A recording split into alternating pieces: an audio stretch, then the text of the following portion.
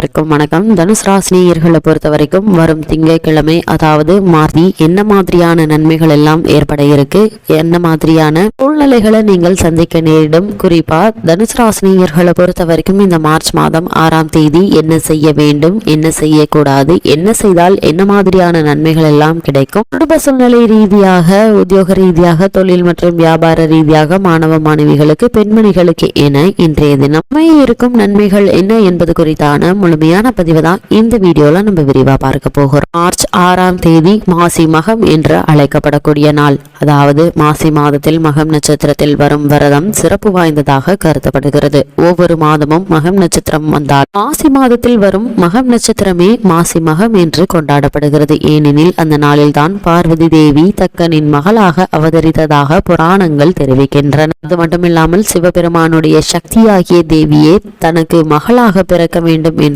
தக்கன் ஆசை கொண்டான். இதற்கு சிவபெருமானை நோக்கி கடும் தவம் புரிந்தான். அந்த தவத்தின் பயனாக உமாதேவி தக்கனின் மகளாக அவதரித்தாள். அவளுக்கு தாட்சாயினி என்று பெயரிட்டு வளர்த்து வந்த தக்கன் தன் மகளை சிவபெருமானுக்கே திருமணமும் செய்து வைத்தார். அன்னை உமாதேவி அவதரித்த நாள் மாசி மகம் என்பதால் அந்த நாள் புனிதமான ஒரு நாளாக கொண்டாடப்படுகிறது. இன்றைய நாள்ல குழந்தை பாக்கியத்திற்காக காத்து கொண்டிருக்கும் தனுசு ராசினியர்கள் சிவபெருமானை நோக்கி விரதம் இருந்து வேண்டும் வரத்தை நீங்கள் கேட்கும் போது புத்திர பாக்கியம் கிடைப்பதற்கான வாய்ப்புகள் அதிகம் இருக்கு என்பது ஐதீக ரீதியாகவும் புராண ரீதியாகவும் கூறப்படுகிறது. தனுசு ராசினியர்களுக்கு சிவபெருமான் மாசி மகமான இன்றைய தினம் சிவபெருமானை வழிபடுவதன் மூலமாக உங்களுடைய வாழ்வில் மகிழ்ச்சி, செல்வ வளம், இன்பம், அனைத்து நன்மைகளும் கிடைக்கக்கூடிய ஒரு நாளாகவும் இந்த மாசி மக திருநாள் தனுசு ராசினியர்கள் அமைஞ்சிருக்குது. அதோடு மட்டும் இல்லாமல் இந்த மாசி மாதத்தில் சந்திரன் சிம்ம ராசியில் மகம் நட்சத்திரத்தில் நுழையும் நாளாக அமைஞ்சிருக்குதுங்க.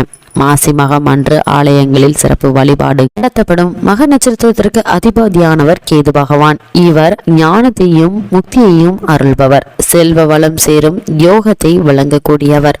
மாசி மக நாளை கடலாடும் நாள் என்றும் தீர்த்தமாடும் நாள் என்றும் அழைப்பார்கள். தீர்த்தமாடும் நிகழ்வினை சிறப்பினை எடுத்துரைக்க ஒரு புராண வரலாற்று கதையும் கூறப்படுகிறது. அந்த புராண வரலாற்று கதையை பொறுத்த வரைக்கும் ஒரு முறை வருண பகவானுக்கு பிரம்மஹத்தி தோஷம் ஏற்பட்டது. இதில் அவர் உடல் கட்டப்பட்ட நிலையில் கடலில் வீசப்பட்டார். அதிலிருந்து விடுபட வருணன் சிவபெருமானை நினைத்து பிரார்த்தித்தான். அந்த நிலையில் வருணன் கட்டுண்டு கிடந்தார். உலகில் மழையில்லாமல் வறட்சியும் பஞ்சமும் நிலவியது. அனைத்து உயிர்களும் துன்பம் அடைந்தன. இதனால் தேவர்கள் அனைவரும் சிவபெருமானை சந்தித்து முறையிட்டனர். வருண பகவானை விடுவிக்கும்படி ஈசனிடம் வேண்டினர். தேவர்களுடைய கோரிக்கையை ஏற்ற சிவபெருமான் வருண பகவானை விடுவித்தார். அவர் விடுதலை பெற்ற நாள் மாசி மகா திருநாளாக அமைகிறது. விடுதலை பெற்ற வருண பகவான் மனமகிழ்ந்து சிவபெருமானை வணங்கினார். பின்னர் ஈசனிடம், இறைவா, நான் பிரம்மஹத்தி தோஷத்தால் பீடிக்கப்பட்டு கடலில் கிடந்த போது நீருக்குள் இருந்தபடியே உங்களை வணங்கினேன்.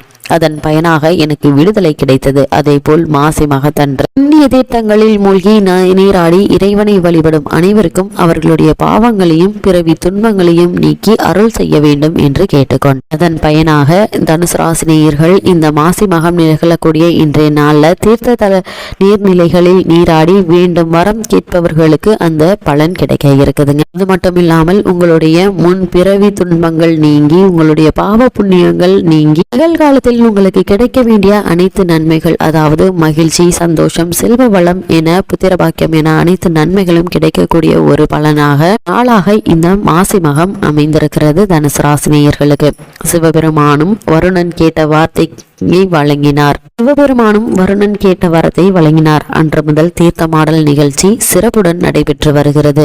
மாசி மகாத்தன்று பிரசித்தி பெற்ற புண்ணிய தலங்களில் 6 கடல், குளம் போன்ற தீர்த்த தலங்களில் நீராட வேண்டும். இவ்வாறு செய்வதால் சகல தோஷங்களும் நீங்கும். குடும்பத்தில் ஒற்றுமை பலப்படும். மாசி மகத்தில் விரதம் இருக்க வேண்டும் என்று நினைப்பவர்கள் காலையில் எழுந்து புண்ணிய தீர்த்தங்களில் நீராட வேண்டும். பின்னர் உலர்ந்த ஆடைகளை அணிந்து கொண்டு சிவ சிந்தனையுடன் சிவன் கோவிலுக்கு சென்று வழிபாடு செய்ய வேண்டும். மதியம் ஒருவேளை மட்டும் உணவு சாப்பிட்டுவிட்டு இரவு பால் பழம் சாப்பிடலாம். அன்றைய தினம் முழுவதும் வேறு எந்த பணிகளிலும் ஈடுபடாமல் இறைவனை நினைக்கும் ஒரே சிந்தனையோடு இருக்க வேண்டும். தேவார திருவாசக பாடல்களை பாராயணம் செய்யலாம். இந்த விரதத்தை கடைபிடித்தால் குழந்தை பாக்கியம் கிடைக்கும் என்று புராணங்கள் தெரிவிக்கின்றன. அது மட்டுமில்லாமல், அதாவது மக்கள் மட்டுமில்லாமல் நதிகளுடைய பாவம் போகும் ஒரு நாளாகவும் இந்த மாசி மக திருநாள் அமைஞ்சிருக்கிறது. அந்த வகையில் ஒரு முறை கங்கையும் யமுனையும் சிவபெருமானை போய் சந்தித்தனர். அவர்கள் ஈசனிடம், இறைவா, இந்த உலகத்தில் வாழும் பல கோடி மக்கள் எங்களை தேடி வந்து நீராடுவதால் அவர்களுடைய பாவங்கள் விலகுகின்றன. ஆனால் அவர்களுடைய பாவங்கள் கழுவப்பட்டதால் எங்களின் புனிதம் குறைந்து வருகிறது. அந்த பாவத்தை நாங்கள் எங்கே போய் தீர்த்து கொள்வது என்று முறையிட்டனர். அப்போது ஈசன், நீங்கள் மாசி மாதத்தில் வரும் மகம் நட்சத்திரம் அன்று கும்பகோணம் மகாமக குளத்தில் தங்குங்கள்.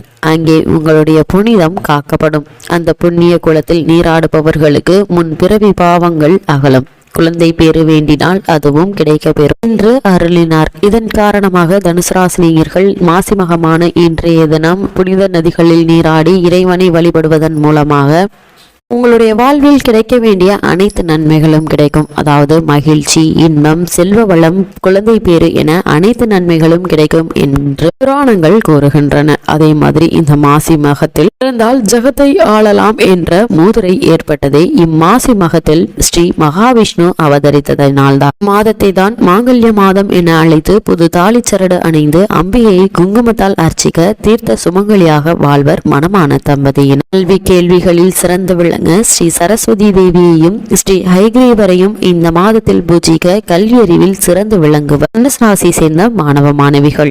மாசி மகத்தன்று திருக்கோவில்களில் உள்ள உற்சவ மூர்த்திகளை நந்தி நன்னீரில் நீராடுவர். புனித நதிகளில் நீராடினால் அல்லது தங்கள் வீட்டில் குளிக்கும் போது கங்கை, யமுனை, காவேரி, சரஸ்வதி, நர்மதை, துங்கபத்ரை, கருடகங்கா, திருவேணி சங்கமம், மந்தாகினி, தாமிரபரணி, கர்ணப்பிரயாகை, ருத்ரப்பிரயாகை ஆகிய புண்ணிய நதிக்கரைகளில் மனதால் நினைத்து நீராடினாலோ அல்லது மாசிமக வைபவங்களை படித்தாலோ மிக பெரும் புண்ணிய பலனை அடைவார்கள் என்பது ஐதீகமாக கூறப்படுகிறது. அது மட்டுமில்லாமல் இந்த மாதத்தில் நீர்நிலைகளில் புதிய நீரூற்றுகள் உண்டாகி எடுக்க குறையாத மின்மேலும் பொங்கி பெருகி என்றென்றும் வற்றாத ஜீவ நதியாக பிரவீகரிப்பதும் இந்த மாசி மாதத்தில்தான்.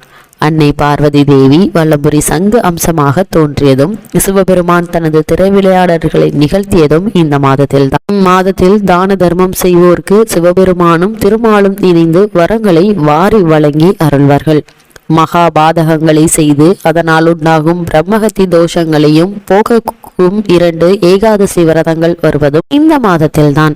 அதாவது காருடையான் நோன்பும் சரஸ்வதி விரதமும் சாவித்திரி விரதமும் வருவது இம்மாதத்தில்தான். எந்திர தந்திரங்களும் மந்திர உபதேசங்கள் பெறவும் சால சிறந்த மாதமாக இந்த மாதம் கருதப்படுகிறது. குலசேகர ஆழ்வார் அவதரித்த மாதம் இந்த மாதம். தானத்தால் சிறந்த தானம் அன்னதானத்தினுடைய பெருமைகளை சொல்வதும் இந்த மாதம்தான். சுவாமி மலையில் தன் தகப்பனுக்கு பாடம் சொன்ன சுபயன், அதாவது ஸ்ரீ முருகப்பெருமானுடைய வைபவமும் இந்த மாசி மாதத்தில் நடைபெற்றது.